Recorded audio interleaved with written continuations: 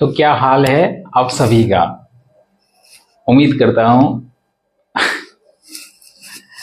Actually result जिस तरह से हमें लग रहा है कट ऑफ 85 86 के अप्रोक्स में आएंगे, और वो भी जनरल के लिए। ओबीसी के लिए आई थिंक 80 प्लस जाने के हुआ है, बट कोई ना, अभी 2-3 और वैकेंसी आने वाली है ना, तो उस पर लगते हैं। और अभी का क्या मैटर करता है कि एमसीएल हमें फोकस करना है। ओके, और एमसीएल फोकस करने के लिए जिस तरह की एमसीएल की जो पैटर्न है वो मैक्सिमम क्वेश्चंस ईएमटी से देते हैं। EMT means this one, EMT. Okay, तो मैं ऐसा नहीं कह रहा हूं कि ईएमटी में मैं बहुत बड़ा एक्सपर्ट हूं या फिर इसे यूं करके खत्म कर दूंगा। मेरे कहने का मतलब है कि आप सभी के साथ साथ हमारी भी रिवीजन हो जाएगी, और शायद इस पे उतनी हमारी पकड़ नहीं है, बट कोशिश कर रहा हूँ। अच्छा, ये तो हो गया। दूसरा कि हमारी भी रिजल्ट मतलब परपेंडिकुलर में है, कभी इधर भी हो सकता है, कभी इधर भी हो सकता है। तो बॉर्डर सिचुएशंस पे मैं अभी खड़ा हूँ, ठीक है। बट ज़्यादा उम्मीद है कि कटअप हाई रैंक तक गया कटअप, यानी कि हाई किया कटअप 80 के अप्रोक्स में, तो पॉसिबल नहीं है। बट कितना आया है मैं ये नहीं बताऊंगा, इतना श्योर बताऊंगा 70 प्लस है। और अगर मैं क्लेम करता हूँ तो देखता हूँ, बट अभी क्या है, अभी मेरा मेन फोकस है एमसीएल में। थोड़ा सा दिल टूटा है, जो पूछना चाहिए था वो ना पूछ के कंसेप्चुअल क्वेश्चन पूछा है।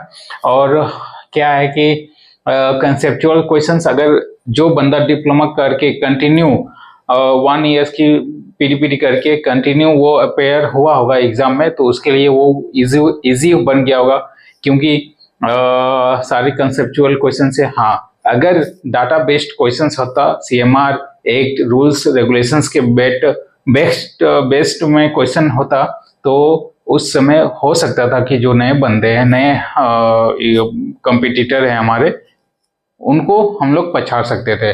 बट ऐसे में क्या क्या है ना कि कुछ नए बंदे भी अच्छे नंबर से आए हैं। मैं उनसे जेलस फील नहीं कर रहा हूँ, बट अगर पैटर्न चेंज करना है तो एक लिस्ट हमें इन्फॉर्म तो करते हैं कि एग्जाम पैटर्न चेंज कर रहे हैं, डाटा नहीं इस कंसेप्चुअल क्वेश्चन से। बट कोई ना, अब जो हो गया तो उस पर बातें करने से फायदा भी नहीं है, और हमें कोई इतनी बहुत बड़ी एक्सपोज या महारथी या फिर समथिंग नहीं करना है। ये मेरी बस अपनी प्रिपरेशंस और कुछ हमारे क्लोज फ्रेंड है उसके लिए। ओके, तो चैप्टर ईएमटी चैप्टर, इसको पहले समझना होता है कि पढ़े कैसे, पढ़ाई इसकी कैसे करे, और कैसे याद रखे इस कंसेप्ट को, इस बुक के डाटा को कैसे याद रखे। तो इजली मैं क्या करता हूँ, मेरे को या फिर आप सभी को सबसे पहले सीएमआर कंप्लीट करना होगा। सीएमआर कंप्लीट करा, स्टेटरी बुक जो भी है वो तो आपने जेन्युइन कंप्लीट कर लिया होगा। सीएमआर अगर आपके पास कंसेप्ट और सारा चीज एक्यूरेसी के साथ साथ है सीएमआर, तब आप ये किताबें उठाओ, ईएमटी उठाओ, और अचानक इसमें कूदो नहीं। एक साइड में सीएमआर की बुक लो, चैप्टर 5-6 से स्टार्ट करो सीएमआर, यानी कि सॉफ्ट सिंकिंग से ले लो या मीन ऑफ एक्सेस से ले लो। तो जैसे ही आप रेगुलेशन 76 से आगे आएंगे, 76 या 77 सॉफ्ट सिंकिंग वाले चैप्टर मान लेते हैं, ठीक है। तो उसमें क्या है ना कि इतना एक्सपीरियंस हो जाता है पढ़ते पढ़ते कंटिन्यू, कि कौन सी बुक कब हमें खोलनी होती है। तो आप अगर समझो, मैं रेगुलेशंस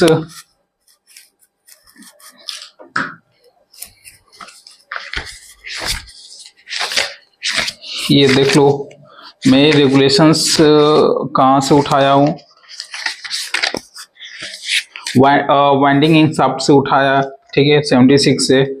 तो इससे पहले की रेगुलेशंस यानी कि क्या है, इससे पहले की रेगुलेशंस मीन ऑफ एक्सेस या एग्रेस है, ठीक ना। तो इसको मैं थोड़ा स्किप करके डायरेक्ट में कूद गया किस पे, वाइंडिंग इन शाफ्ट। और वाइंडिंग इन शाफ्ट अब रेगुलेशन 76 से देखेंगे, appointment of winding engine man, then after 77 new winding installations, और फिर fitting winding engine, construction installation winding equipment, shaft fitting. यानी कि ये जो 3-4 रेगुलेशंस देखोगे तो इसमें आपको वाइंडिंग से रिलेटेड है, और वाइंडिंग से रिलेटेड है तो आप ये कंसेप्ट लगाओ कि वाइंडिंग वाले चैप्टर ईएमटी में कहाँ है, ठीक है। तो बेसिकली वॉल्यूम किसमें, वॉल्यूम 3 में होगा ना। हाँ, जस्ट 1 मिनट।